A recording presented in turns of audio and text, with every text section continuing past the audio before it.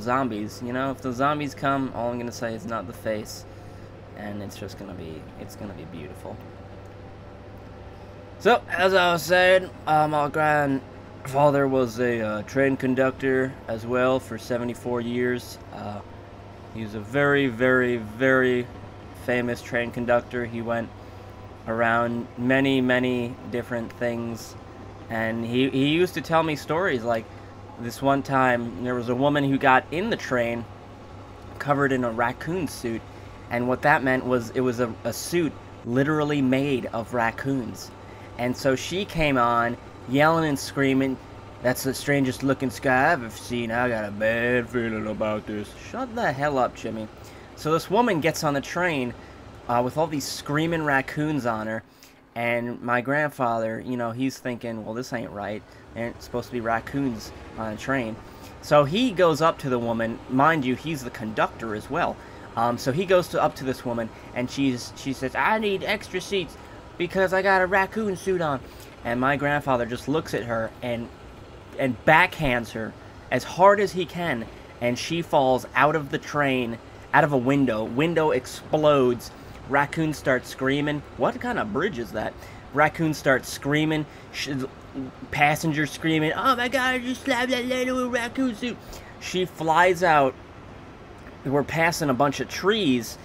This is back in the past. They're passing a bunch of trees. The woman's head hits a tree as she's flying from the train. Head explodes like a bag of carrots. Raccoons immediately, because the raccoon, the costume, they're not like sewn together. They're just holding hands. All the raccoons are holding hands. They're in this for the money because she's paying them to be a suit. Raccoons let go, burst, explode. It looks like a raccoon bomb went off in the woods. Raccoons explode all over, and that was back in Hempstead. So there were tons of raccoons all over, and for 30 odd years, Hempstead was known as the Raccoon City because a lot of from the suit, that's where they came from.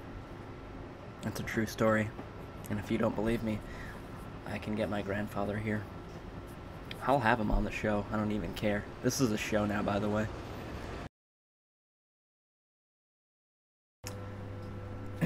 Oh, did I close the doors? Oh, I did. Okay, good. So we got 6.26 miles. That gives us some time for another story.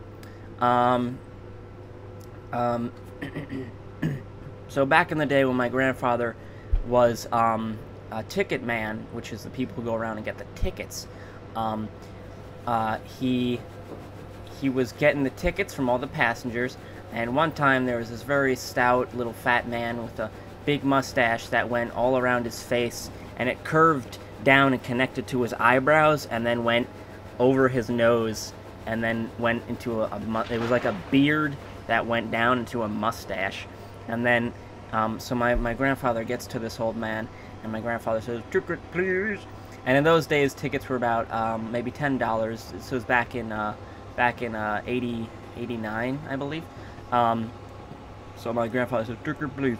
And the man looks up at him, and he smiles. And inside the man's mouth is a ticket. And the man says, "You want to grab this?" But he doesn't say it with his mouth. He has a tape recorder inside of his chest. And he presses the button, and it's a little cassette player, and it says, "You want to grab this?" So this guy, and it's not on a loop, so he has to keep rewinding it and then keep hitting the play button. So he hits the play button and says, "You want to grab this?" And then he hits the rewind button, then he hits the play button and says, "You want to grab this?" And my grandfather looks at this man. He looks at this man, and he takes his, "This is dispatch, all trains carry on as normal. I'm sure there's a reasonable explanation for this bizarre weather." "Well, thank you, dispatch. You're very beautiful." So my grandfather, he takes his hand, and he backhands this man.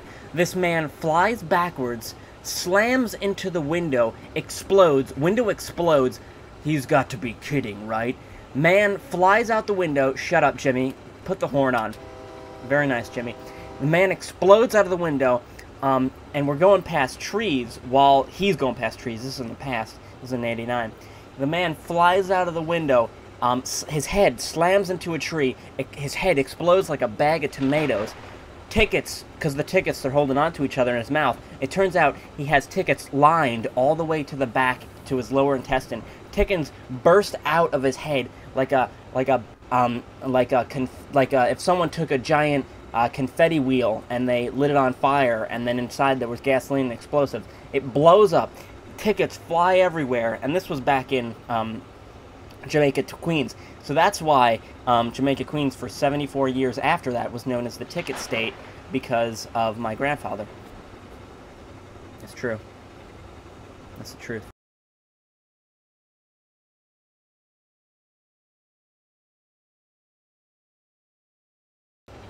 Jesus Christ, Jimmy, you stupid bastard. Let's go a little bit faster.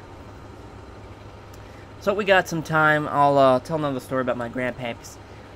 So one time, he was riding the train. He wasn't, I don't think they can get in, but they're hanging on like limblets. They might have trouble holding on if we reach our upper speed. Let's do it, Jimmy. Let's get these hussies off this train. So yeah, he was riding on the train. He was a passenger, but he hadn't paid because sometimes he was a dick like that. So he didn't pay. Basically there was a woman next to him, a very pregnant woman, and she has a baby because she's pregnant, and she's heaving and hoeing, and she's not saying anything to anyone, but everyone's thinking, is this lady gonna have a baby right here on the train? And my grandfather turns over to her because he's reading his newspaper, and she's making a lot of noise.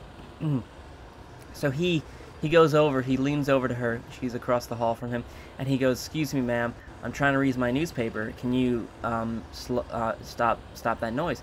And she says, "I'm having a baby." And he says, "I understand that, but could you calm down?" And she says, "I'm having a baby." So my grandfather, he gets back in his seat, keeps reading. You know, woman's having a baby. That's, you know, it's natural. So my grandfather, he's reading some more. This woman keeps getting louder and louder. So he finally, I'm just going to stop talking so we can see what zombie carnage is going on.